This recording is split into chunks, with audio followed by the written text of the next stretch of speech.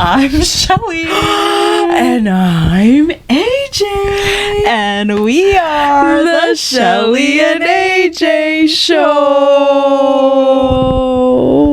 I'm dead. Hi guys, welcome back to the program. So nostalgic. Welcome to What Would Mom Say? I'm here with Angeli. Hey guys. AJ. Thank you. Angeli Maya Jones. Thank you. If you don't already know who she is, don't talk to me. Yeah, where you been? Yeah, where have you been? Thank you for coming on the podcast. Thank you for having me, bestie. We're in her humble abode. Yes. As you can tell. Very cozy vibes. Thank you. And yeah, well, how are you? I'm doing well. Pretty excited to be here. Come on now, I'm honored. By the way, guys, if you hear some scrambling at the back, that's AJ's baby. Yeah. Yes. Yeah. There's no control in that thing. By that thing, I mean my kitten, Marlo. Thing. I don't know what to call her, to be honest. She's a monkey, a menace, a baby, sweetie pie. Yeah. Everything wrapped up in one. But anyways, so today I have AJ on the pod. We are going to be talking about social media. Dun, dun, dun.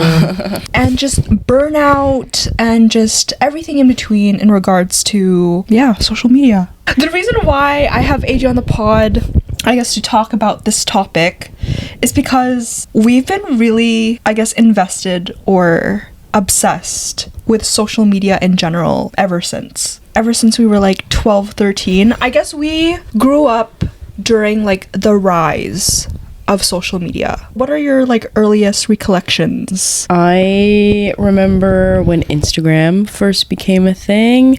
I had no idea really what it was or like how to use it, and I was like trying to figure out its vibe, because there was Facebook. Facebook was kind of like a general, I don't know, like post anything, random statuses, cute pics and things like that. And those like threads that people would do, like, oh my gosh, I don't know, there were like different prompts, and then people would comment. I can't really think of one at the top of my head, but there was like TBH stuff.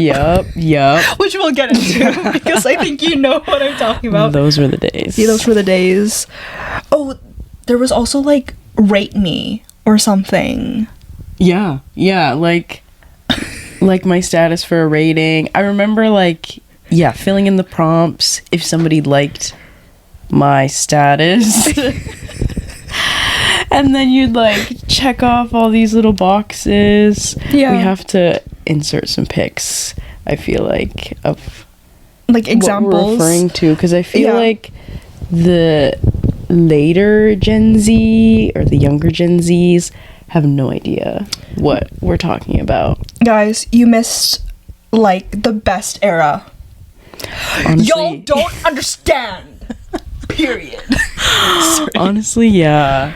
It was so unfiltered and just like random. Yeah. And innocent, I just can't imagine like rating people today. Publicly. Yeah, so Facebook was a really huge thing for us. That we kind of went into Facebook like knowing what it was. Like Facebook was already an app before we got it. You know what I mean?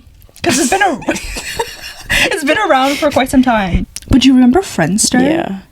No. Do you ever have Friendster? I don't think so. No? Okay, I have a little backstory to that because my mom hated Facebook. She didn't get Facebook till like 2012 because our family back in the Philippines, Facebook is huge. Like everyone has it. Obviously the way that we would communicate with our family back in the Philippines was like through like phone cards. Do you know what those are?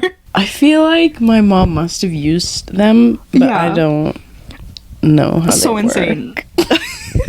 So phone cards and like Skype. But then and then my cousins kept on, and like my aunts kept on convincing my mom, no, get Facebook. It'll just be easier to like communicate with us and blah blah blah. And she was like anti-Facebook for some reason. She's like, no, and she wouldn't even give like an explanation. And then she caved in. I don't know why she was such a hater, but I would get that now because Facebook is such a flop. It's like she knew before. Yeah, it's like she knew what was coming for us. But yeah, and Meta. Oh yeah, it's called Meta now. I don't know. Confusing. It's also like Twitter. I will never call Twitter X. Yeah, right. For many reasons. That sounds so. I don't know. Not like cringe, but it's like X. Yeah, like doesn't roll off the tongue the same. Elon, you didn't eat with that, but and I don't even know anyone that uses X. Yeah. Back in the day, it was like such a huge thing, especially for like fandoms. Oh yeah. And whatnot, to like get your content and just communicate with other people in the fandom. Like that was a huge thing. You had Twitter. I did. Your username was like Bagel Jones 13 or something. It was Bagel Jones. Look at the that. era of Bagel Jones. You should bring that back, honestly. Right? Yeah. Like it would be kind of fun. Yeah. And like quirky, for lack of better words. Quirky. Now that you mention it, I was thinking about bringing Double Rainbow 14 back. I love that. If you know, you know. The OGs. Yeah, if you're an OG, you would know where that came from. Where did it come from? Back in the day, when I got Instagram, I obviously had to ask my mom, but she was just like, oh, one condition though. You cannot use your real name. I was like, okay, fair. Fair enough. Then one day, it was raining, and I felt inspired because after hours of rain, the sun came out, but there was a double rainbow. And I was like, magical. You know what? I'm gonna name my Instagram Double Rainbow 14. Wow, nice one. Connections! I don't know where 13 came from in Bagel Jones 13. You know why? Let me tell you. Okay. Actually, I don't know. I think maybe because you made your account in 2013. Yeah, either that or I was like 13 at the time. Best be prepared. We might just change our username soon. Yeah. I actually love that idea. No. Because Angeli.j feels so boring and basic. Even though it is my name, which I love, it's like, come on. There are so many people that I know that have like cool and fun usernames that like really kind of reflect their personalities too. Sometimes they include their name and like an adjective or like who? I'm thinking of some coworkers, like they'll like play on their name, which is super cute, or they'll just have something like totally random and it's like funny. I think it just depends on like your name. Because there's just some names out there that are really easy to, like, play on. Yeah. Instagram was really huge back in the day for us. Well, it still is for us now, I guess. But we'll get into that, like, later on. But I guess we were, like, really into YouTube. Yeah. Like, you know, that whole culture of, like, Cimarelli. Oh, my God. You were, like, really big on, like, YouTubers back in the day, too. Yeah, I loved the, like, British vlog gang, Zoella. Oh, my gosh. Jim Chapman, Tanya Burr, that whole crew. Who are the twins? They were, like, guy twins. Oh, Dan and Phil. Yes. Quirky guys. Yeah. But I religiously watch their videos every single week.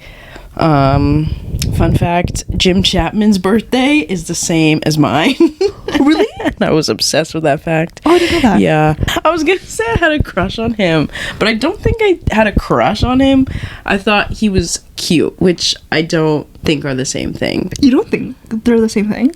No, because crushing, you're like romanticizing them in your head, putting like yourself in fantasy situations with them. Yeah. Whereas like you can think a lot of people are cute, like a lot of celebrities are cute. Like young Jerry Seinfeld is at the top of mind.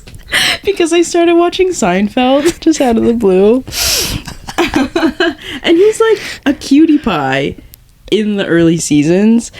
But I don't have a crush on Jerry Seinfeld. You know what I mean? Like, he's a cutie pie, But I'm not like, oh my god, it would be so cute if we were like at like a cafe together. I feel like having a crush and thinking someone's cute go hand in hand though.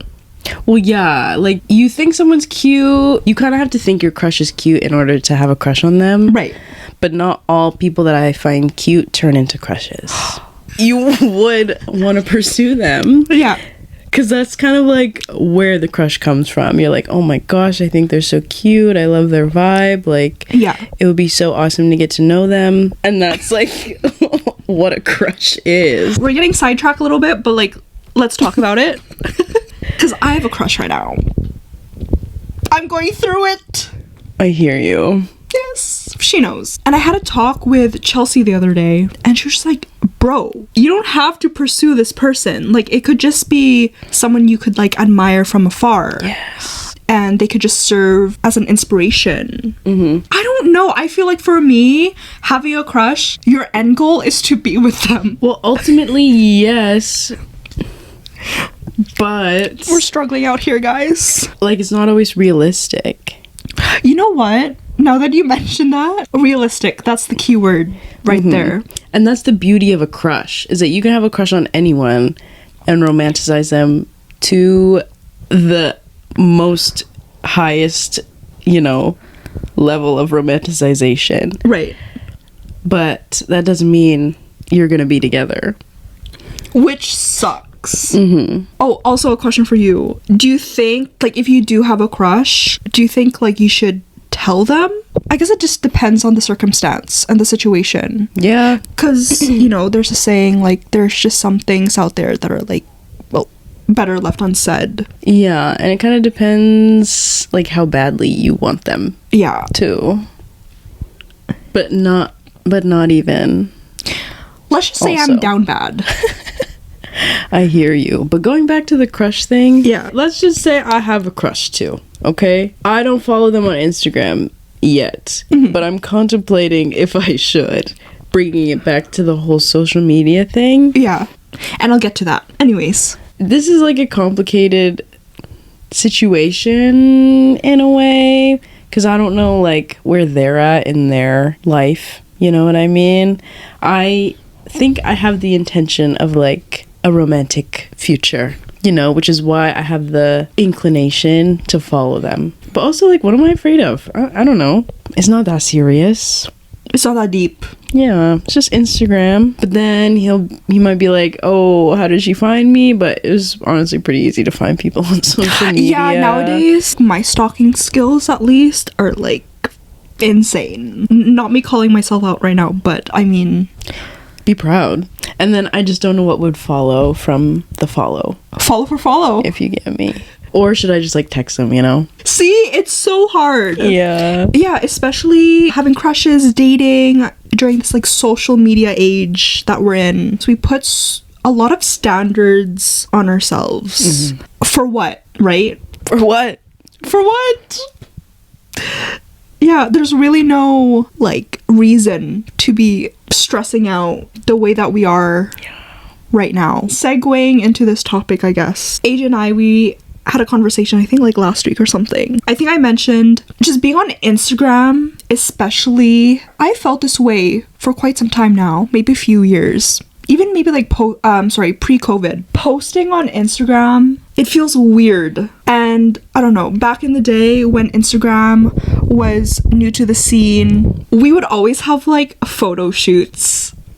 Yeah. Like, mind you, like every single weekend we would go downtown, take photos, and like during this time, like she had her like Canon. Yeah. What is it? A power shot? I had the EOS Rebel T5. Yes. I got it for Christmas one year, and that was like the birth of my passion for photography that has since died. I mean, I wouldn't say that. I feel like it just manifests through like different ways. Exactly. Or forms. Exactly. Sorry. But yeah, like we would plan our fits. It was a good time. It was a good time for sure. And it then really was. I just remember like going back home scrolling through like all the options. So I remember like after our like little photo shoots, we would go home, we would like scroll through like our options, and Visco was very huge back in the day. So fun. Yeah, and we would like pick like filters and like whatnot. Oh my gosh. It was a whole like process. Yeah. And passion, and we loved every moment of it. But now it's like not the same. No, it like almost it really feels died down. Exhausting to post on social media now. And I find myself like, if I do post, which is like once in a blue moon now, I would like look at the post for like a straight hour, just convincing myself that it's not a good post, and I would like delete it. Yeah, for me, it's like the curation takes so long. It's like finding the perfect order of the dump, but also the perfect, like, I don't know, vibe photos to like encapsulate the vibes of like that era. We're coming near the end of March now, which means it's almost time for a March dump, you know what I mean? And like, what was March to me? How do I want to convey that on social media, or like not convey that, you know what I mean? Which is like also interesting about social media and like performance and all that stuff. Over the years, like Instagram has developed into something more like business oriented. There's like a structure to it now. Back in the day, there was no such thing as carousel posts, right? I don't know. Like it was less work. Like you just had to post one photo. Mind you, there were no stories when Instagram first launched. Yeah, there was no message option. There's no DMs. There wasn't even videos. No, to start with. Vividly remember the day that like Instagram introduced videos, and I was like, whoa, what is happening? Like, it's kind of becoming like Vine, where you can like post these. I feel like the Instagram was 15 seconds maximum, or maybe 10. Oh yeah, at the time, and I was like, what is going on? And just so confused by this like concept, because I was like, well, girl, we already have Vine. And I loved Vine. Vine was the peak of it all. I feel miss Vine. What a concept. Yeah, like Vine, hello, if you're watching this, come miss back. You. No, seriously. Like TikTok, okay, we have TikTok now, but that's like not the same. No, not at all. And like the scale of TikTok is, I don't know, and like, people insane. on Vine were just genuinely funny. Like they didn't even have to try. Like that was peak humor. So authentic and like random. You know, like there's a lot of randomness on TikTok too, but something about Vine just felt very like pure, I guess. Yeah, because I feel like with TikTok, obviously like you find funny videos there too, but I feel like it's just performative, or like people just try too hard. No offense. Yeah, but it's very complicated. Just an observation. But honestly, can we talk about Vine though? Like that was such a time.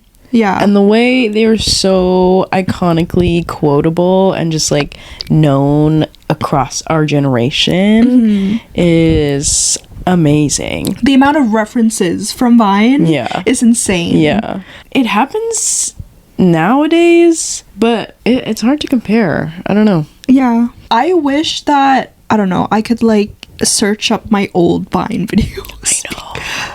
Did you ever post on Vine? I tried to. Yeah. Because I'm just trying to like remember. It's not super vivid in my mind, but I don't think I had the star power back then. What do you mean? Well, I think it was always there, but I was a very shy girl back in the day. Still am shy, you know, but like, which is surprising because, you know, I know, and I get that a lot, like, because I'm so charismatic, I guess, and like friendly to people, they don't immediately think I'm shy, but I am. Actually, I think we're like the same person when it comes to that. And I don't know if shy is necessarily the right word, but it's rather like reserved, or you need to like bypass a lot of layers to like see the real true. Like you're an onion. Me. Yeah. Different layers. Peel them back. Okay, poet. Obviously, I'm not gonna be like an open book to like right away. Of course. Like you gotta build that like trust. You gotta bypass a lot of layers or walls before you get to know the real me. And if you know the real me, it's a privilege, period. Facts. I only want to be vulnerable to the people that I can trust, and like showing my vulnerability is like a privilege to those people that are like receiving that. So true. I feel like as I've gotten older, I've become more reserved than I have in the past. I don't know. I choose my words very carefully, even like on this podcast. And I find that it's true when I'm like making content as well. I don't know when that started to happen, because I feel like I used to be so like, nah, whatever, I'll just talk what's on my mind and post it. Since like maybe pandemic is kind of when I started my YouTube channel, or like really started taking it seriously. And in the beginning, it was just so easy to like be myself on camera. Not that I'm not being myself now. I am, but it's very like filtered. Yeah, it's a very complicated kind of layered. Like as much as I want to show my real self to the camera, I feel like it's just too much for people to bear. Yeah. And like people talk, you know, and people do perceive you. And I think that's what I didn't really care too much about, or didn't think too much about when I first started posting on YouTube. But I have a vivid like memory of coming back to Vancouver after traveling and living in Edinburgh, and people being like, oh my gosh, I was keeping up with your adventure, and like I was watching you, I saw you did this and this and this, and I was like, what? You did? Wow. Like that made an impact on you so much. Me just kind of like posting whatever and like not really caring. I didn't really get the impression that people were like watching and engaging and like making note of like what I was doing, what me, Angelique, was doing. I see now. Yeah. But then coming back, everybody, like, it made sense for family to be like, oh my gosh, I loved all your posts and whatever, because like I love when my family posts, and you know, I'm keeping up with them, and same with like close friends and whatever. But for like not random people, but people I'm not as close to like say things like that, it was like, it really just like affirmed something in me that like people do have an opinion about you, whether you like it or not. And I think that is kind of also the mental shift I had when it came to like who I am online. I feel like I have so much more to say about like crushes and like social media. Yeah. Having crushes and having social media does not help. Having a crush really changes the way you use social media. Can you elaborate? Because I'm curious. Yeah.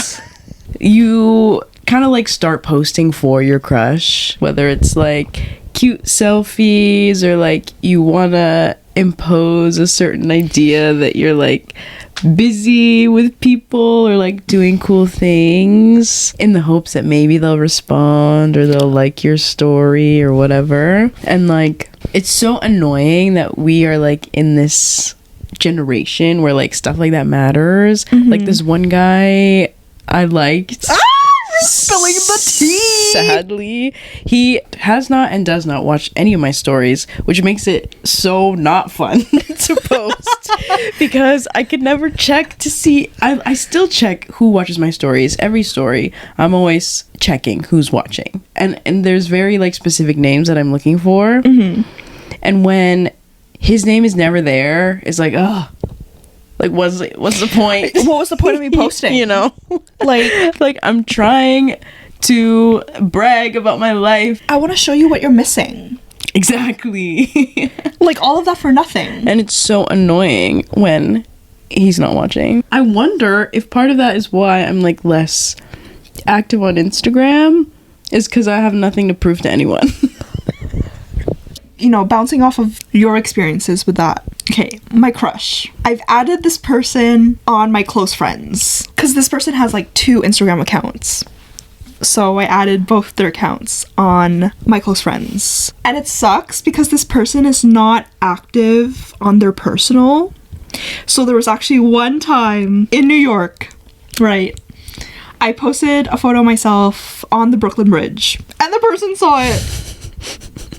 And let me tell you, I was literally jumping up and down. I'm in my I hate men era right now. Say less. Yes. Say less, bro. But I don't know. For the first time in forever, I actually have like a crush.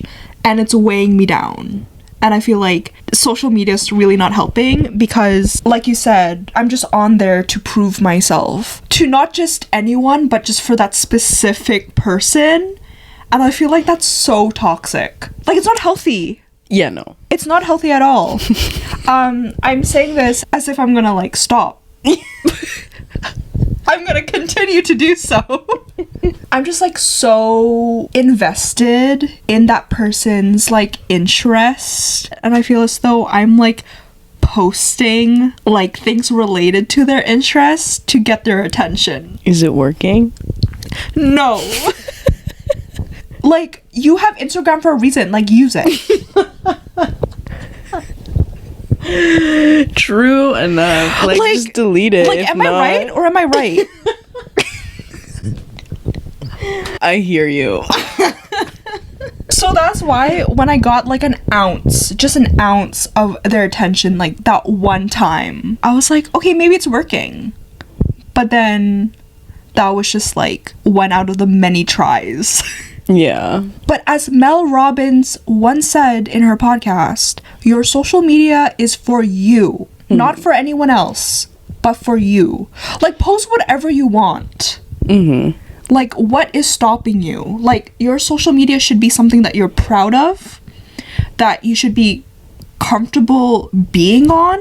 Yeah. Right? Yeah, I'm trying to adopt that mentality more than, like, trying to appease the algorithm or, like, go viral or whatever. Mm-hmm. Because, I don't know, I don't think I have the content that's, like, viral worthy anyways. So what's the point of even, like, trying to go viral using trending sounds or whatever, when I could just be, like, using songs that I like personally or that are, like, representative of me, and also just, like, posting the content that I like to consume, rather than, like, content that's gonna go viral. Yeah. There's no certain formula, like, to make your video go viral. And I feel like that's the beauty of it, where, like, the algorithm just chooses random videos to go viral. There's just a lot of content strategists out there being like, no, you gotta post at this time, or you gotta hashtag this. Use these hooks. It just depends. Yeah. And it's just luck too, to be honest. Yeah. Yeah. Yeah, when I look back, like, there have been so many videos on my TikTok that have, like, popped off for no reason. And I'm like, what? One time I accidentally posted a video with no caption, no hashtags, and it got, like, the most likes and, like, comments. What video was this? It was like a get ready with me to go to London.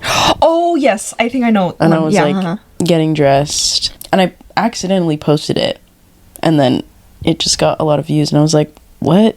I don't know, it's really easy to get tired of it. Yeah, I just see so much of the same kinds of people, and maybe that's just, like, the way I'm engaging with the app too, and, like, how the algorithm is, like, treating me, I guess. Yeah. But I feel like this all reverts back to how social media is like a business now. Yeah. And that's unfortunate. Everybody's trying to be an influencer, and everybody's trying to, I don't know, make their bag. But I guess, like, speaking of, like, influencers and, like, whatnot, who are you, like, obsessed with right now? Yeah, I've been trying to figure this out lately because I feel like a lot of the people who I was obsessed with, I'm not obsessed with anymore for some reason. Can you name drop or is that too much? No, yeah. I'm thinking of Moya Mawini right now. She kind of blew up during COVID on YouTube. And then she moved to Paris. And then she started getting sponsored by all these luxury designer brands like Dior, Miu Miu, Chanel, and like no shade at all, like pop off. Like that's kind of the life that I want for myself, you know what I mean? Yeah. Maybe part of it is a bit of envy, but it's also like very repetitive. And I feel like so much of what she posts is like exactly the same. Like the same cute poses, the same cute outfits, the same like designer bags in Paris, which is like so vibes, but it's also like I don't know. I've seen this before from you 10 times. Yeah. And another similar person I have in mind is Victoria Paris. I think she also kind of went viral during the pandemic. She was living in New York and now she's in LA, but she travels so much and she's always like flying first class and like living a very desirable life. But I think a lot of people kind of have this where they get so rich and famous from being an internet person that they're like they move up in like social status or like socioeconomic status, I guess. Like they are making more money and so they can spend more money and so they're spending it on like luxury goods or like first class flight tickets, which are like not very attainable for the regular person, which is what you liked about them in the first place started watching them for. Yeah, those are two that come to mind. But in terms of like legitimate inspiration, I really love Damon Dominique's channel on YouTube. He is an American, moved to France, is trying to get French citizenship, but he's a very like comical, artistic, and kind of like emotionally intelligent like person. And every time he posts a video, I'm like, yes. Same goes for Emma Chamberlain, actually. She's like one of the few people who have like completely like moved up in life that still feels relatable. I've seen quite a few videos like on that topic. And very humble, I would say. Yeah. If I see her doing a campaign with like, I don't know, something, I'm like, yeah, girl. Yeah, like pop off. Whereas like... I don't get that with other people. If I'm gonna be honest with you, I feel the same way. Because every time I see like Emma on like, I don't know, a magazine cover or her at Fashion Week, or she has her own cafe now in LA, which is crazy. I'm like, oh my gosh.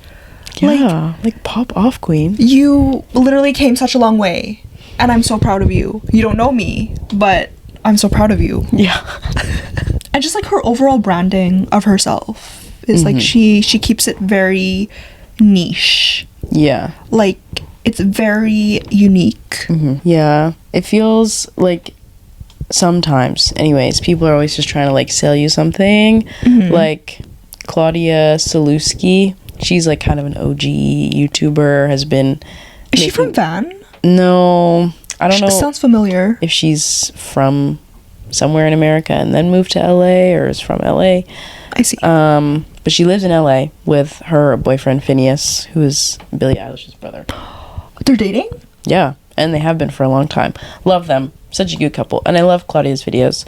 But she came out with like a perfume kind of body care brand where a lot of her content now is like directed to that, which is like fine. Make your money, do your thing. It's like a very fitting brand for her. Yeah. And her content, and she like integrates it quite well, but it's getting a bit much sometimes, at least like from my POV. There's just like a lot of like plugs and whatnot, which is fair enough. Yes. But also like thinking of it from like a PR point of view or like communications, I get it. Yeah. Like that's just how you make your bank. Emma Chamberlain is like the one exception of somebody who's like brand is whatever. Because like she talks about it, Chamberlain Coffee, and promotes it and whatever. But it's not like we get annoyed with her doing so. I can't quite figure out what that's about. I think because you just go way back with her. I guess, but I also go way back with Claudia Salewski. That's true. And her, like, friend group. Lately, I have been feeling pretty, like, less favorable towards social media.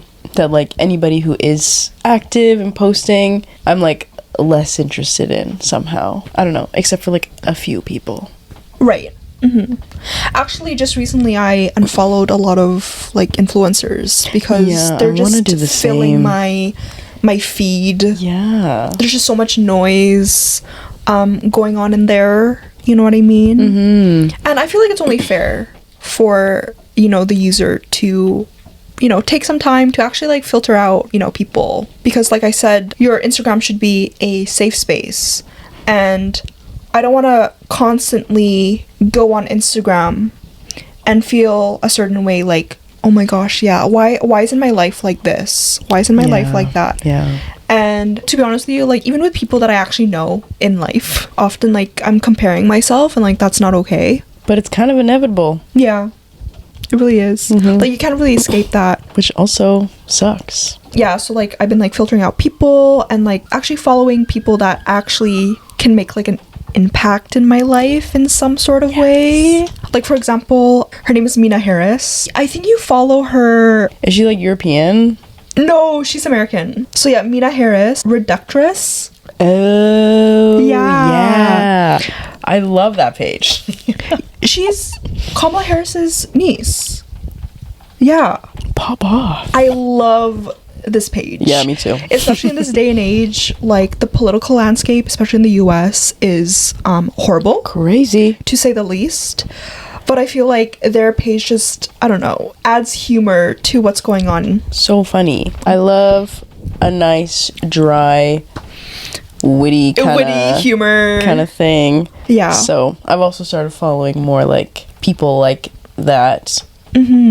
That like I'm genuinely like, wow, that was funny. Yeah. Like, you're funny for that. She literally has, like, the same humor as me, which is insane. And I feel like that's why I gravitate towards her and whatnot. So, Mina Harris, I love you. Thank you so much. Thank you. For brightening my days. The one thing I really want to touch base on is just the era of burning out and crashing out. Especially just being like overly consumed by news, especially in this day and age. As much as I want to be informed about what's going on, and I don't even have to get into it for you to know like what I'm talking about, but it's crazy. It's crazy down there. Well, it's crazy everywhere. As much as I want to be informed and, you know, educate myself on what's going on, it's too much. No, I agree. And I find that with my job as well, a lot of like the content we produce is focused like on that news and also just like general geopolitical context about Canada. Yeah. And none of it is good. You know what I mean? Our economy sucks. Drug crisis, housing crisis. It's terrible here. And that's all I hear and consume on the daily. And I just end up feeling so like terrible about the world and like society and also our country and the state of everything, which is so bad and sad, to say the least. Yeah. So while it is important to stay informed, it's also important to like protect your peace and dissociate, I guess, for lack of better words, because I don't want to say like the problems don't affect me as much, but when I wasn't like commuting through the downtown east side every day, those problems like didn't immediately affect me, whereas now that I do commute through the downtown east side every day, I'm faced with such graphic imagery of like the reality of a lot of people. Yeah. Whereas like it was pretty easy to avoid that area if I wasn't working there. Mm-hmm. And like hearing how those issues are being handled or not handled actually through it frustrates you my job. in a way. Yeah. And that's not how I like to start my day. No, literally. You know what I mean? It's an everyday struggle, for sure. At the beginning of the year, I told myself, when I wake up, I won't touch my phone for at least like an hour or so. But I feel like, especially because everything is escalating politically and whatnot, it's so hard to like not be on your phone. Yeah. Because you constantly want to know what's going on. And I've crashed out maybe like more than 200 times since the beginning of the year. And mind you, we have like 365 days in a year. And I feel like I'm reaching that point of like, I can't do this anymore. Yeah. Oftentimes we're just carried away and we're just like lost in the mix of like the noise and whatnot. But it's very crucial to protect your peace and just to not be ignorant, but take time, shut off your phone, even if it's just for a little bit. Just take care of yourself, like mentally and physically. And just like the amount of like misinformation and disinformation doesn't really help us well. Just random people can just like put out anything and like make it their news. I think that drains me a lot because it's really hard to pinpoint what's real and what's not. And especially with like AI, like, you know, AI is a huge thing nowadays. It's scary. Mm-hmm. It's really scary. I get a lot of like AI, I don't want to say like propaganda, but I will keep seeing like the same video, but it's like different faces. It's like, oh, my doctor told me to do this and this and this to keep a healthy body. And it's very obviously like an AI person because like their mouth is not moving properly. And That's like creepy. Yeah, no, it is. And like I've seen also a lot of promotion for like moving to Switzerland. Wait, what? These women will be like, oh, go to Switzerland, find yourself a nice chivalrous man. Every man in Switzerland is so respectful. And like they'll like talk about how good Switzerland is, or like Sweden maybe, but it's like the exact same video but a different face that's like promoting Switzerland. What the heck? And this is coming like on your For You page? Like this is on your For You page? Instagram, yeah. And I believed it at first. I was like, oh, period. Those kind of European countries are some of the happiest places to live in the world, you know what I mean? Yeah. And Canada just keeps dropping on the list.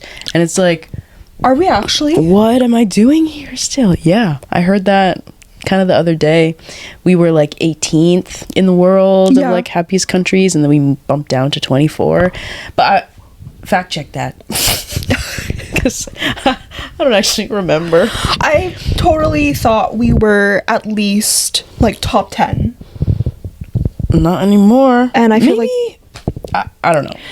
And I feel like that's gonna plummet. Yeah, because what like, is happening here? What is like, we have like an orange Cheeto down there like trying to annex our country. Like for what? And also tariffs. Yeah. Things are just gonna get hella expensive from here. It's already expensive. As if, yeah. Yeah. We're struggling out here. We're struggling. We can only handle so much. Exactly. Like seriously, I just want to say thank you. Yeah, for coming on the podcast. Thank you for having me. No, of course. You know, cheers to many more. Thank you. I really enjoy the setup today. Me too. Like, it's a vibe. So cozy. Like, can I just like film like all my episodes here? Yeah. Or I should just really revamp my room. Yeah, man. It's plain Jane. Yes, I will plug her socials. Yep. Angeli.j, Instagram. Yeah, you already know that. Yes. Everything's linked on there anyways. Is there anything that you want to say before we end this podcast? Don't take things too seriously, you guys. You do you. Screw the trending audios. Screw the hashtags. Post what you want to post. Screw the audio. Thank you so much for tuning in on today's episode. And we will see you back here on What Would Mom Say? Bye, guys.